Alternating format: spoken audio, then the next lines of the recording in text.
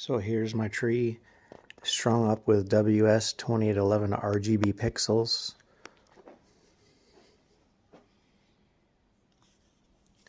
Here's my finger for size. They're pretty big, but with the black or green cord, not too noticeable.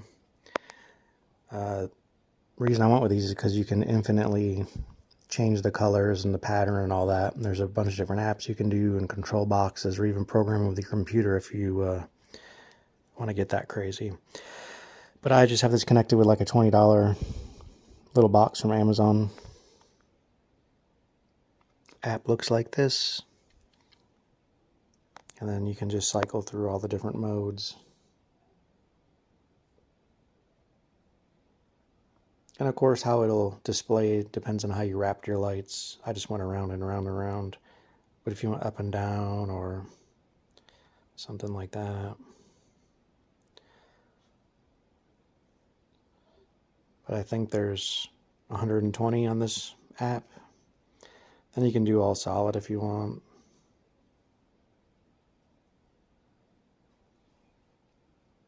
Then if I go back to when that moves, you can change the speed.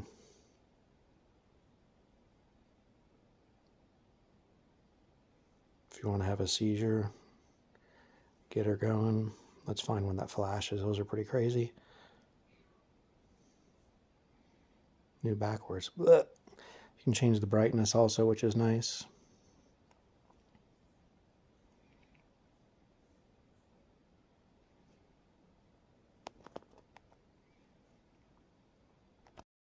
So here's the controller I'm using. Just simple screw terminals or power supply. You can just plug it in.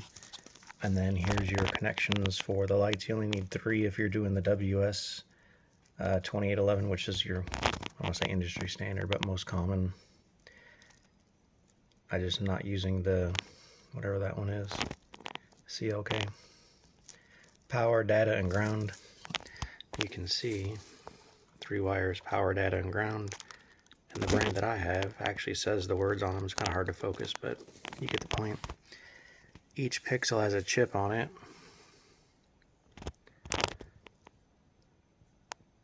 That controls it. Of course, you can't change them like in the traditional sense. You have to actually just cut it out and then splice the wires together. I use these little lever lock things for indoor or under the awning parts of the house. I'm using 12 volt pixels. There's also 5 volt. I just like 12 because I have a lot of 12 volt power supplies and stuff like that. Like for example, this one I've got set up with a Netgear power supply from a router or something.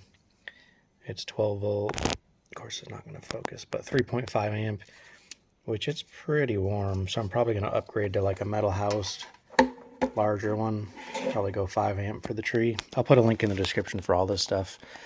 I didn't actually count these. I just had a longer strip I cut in half, like literally just cut it so they don't have to like have termination or anything like that. I think I have 350, maybe 300 on this tree. It's 7.5 foot. So I'll let you be the judge for your tree. Of course, it looks a little different because I got my lights back on now. And then, you know, just wrap it the traditional way, however you want to do it. And then the end, I don't know, it's up here somewhere, it's just hanging. Like I said, you don't need termination. You might put a piece of tape or something on it if you're worried about it arcing. Might burn the house down with 12 volts, you never know. But, yeah, hope this is a cheap, unique way to fire up your Christmas. One note is if your string is really, really long, like on your house or your tree or whatever, you'll have to add extra power, like a larger power supply, or actually add power from the other end of the string or in the middle. If you Google or YouTube search power injecting RGB pixels, you'll see what I'm talking about. It's fairly easy. Oh, and like I said in the video before, I put them on the eaves just for holidays. You can see them here. Trailing down, there's a little box. I think that's a phone charger or something, 12 volt. A lot of unique things you can do with these. But anyways, I'll leave links and I hope it gives you some ideas.